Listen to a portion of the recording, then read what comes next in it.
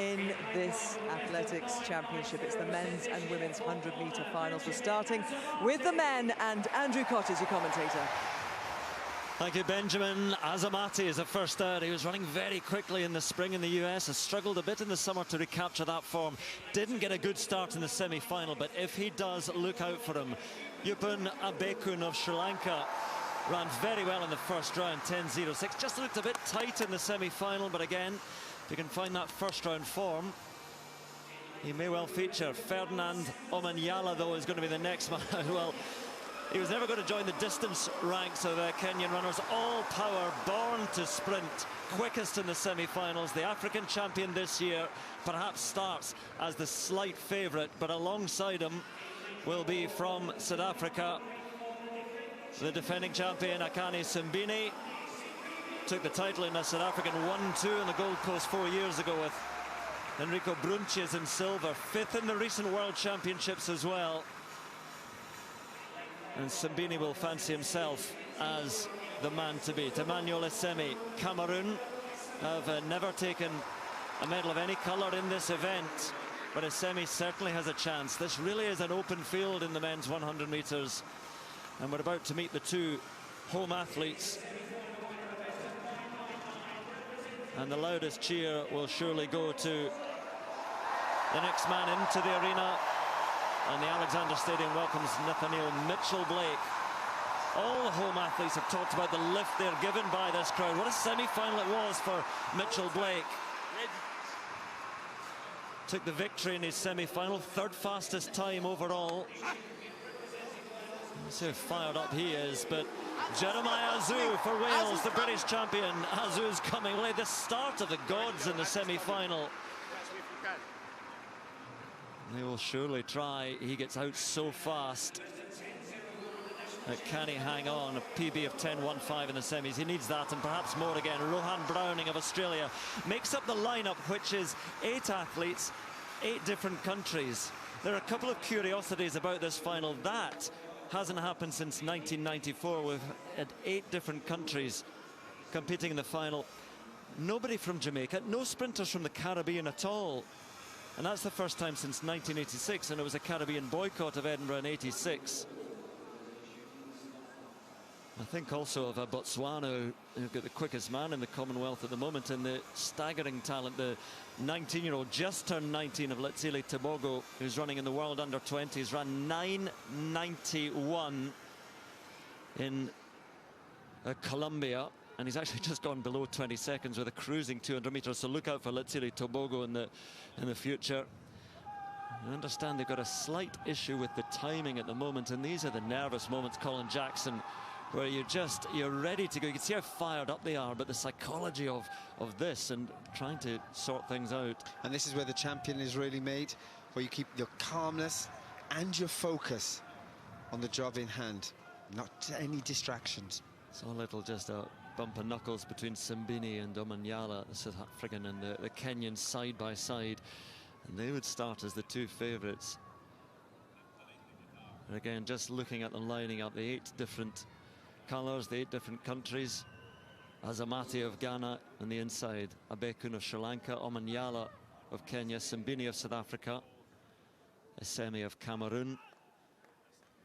Then you have Nathaniel Mitchell-Blake for England, Jeremiah Azu for Wales, and Rohan Browning for Australia. All adds to the nerves, adds to the tension. On your marks. But now we're ready.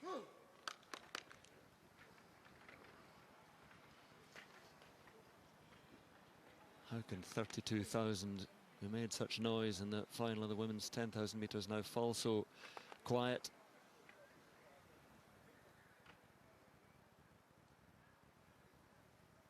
Azamati, Abekun, Omanyala, Simbine, Essemi, Mitchell-Blake, Azu and Browning for the final of the men's 100 metres.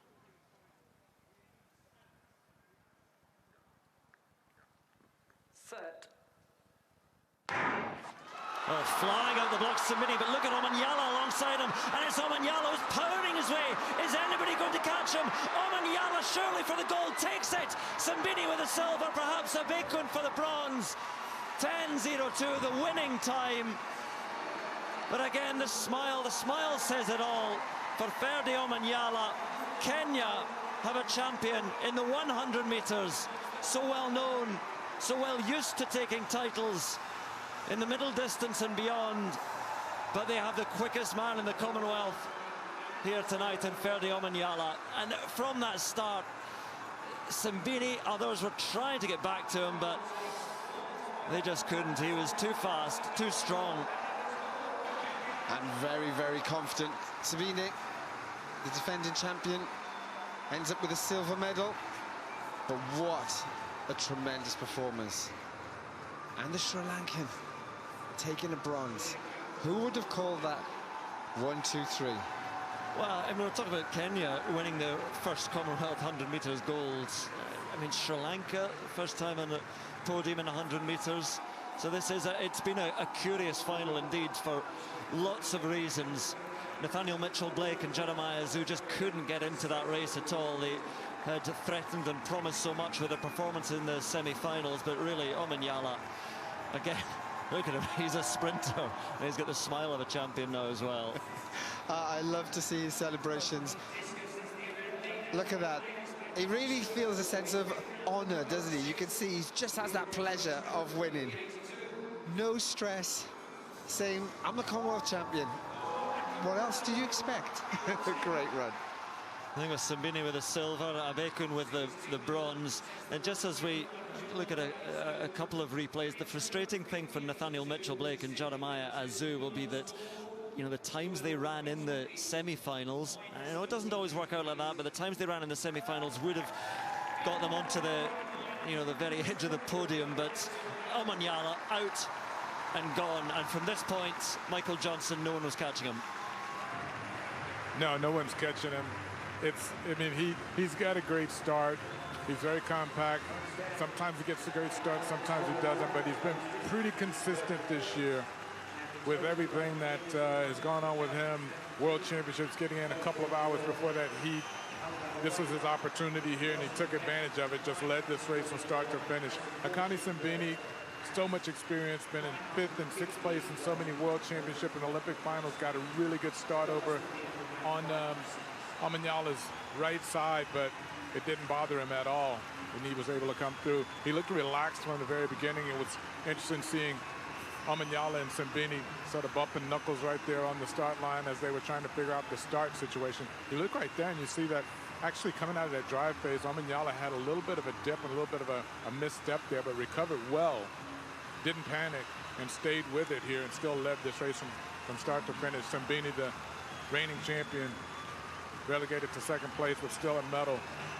For the Sri Lankan, that's a really good performance there. He's been pretty consistent with his times all year, and to come in here and get a bronze medal in this field, great accomplishment for him. He will be certainly heralded back home in Sri Lanka for that performance among some of the best sprinters in the world here.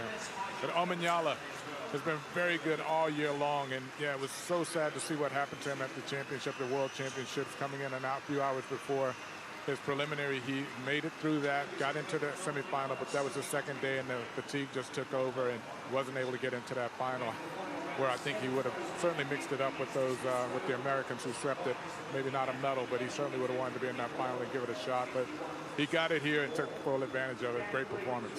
Trust to his troubles, his tribulations for the World Championships, where a visa problem meant he'd only arrived there just before his heat and was all at sea in those World Championships, but all is forgotten now because he is the Commonwealth champion. Simbini with the silver, Abekun with the bronze, and Jeremiah Azu 10.19 down in 5th.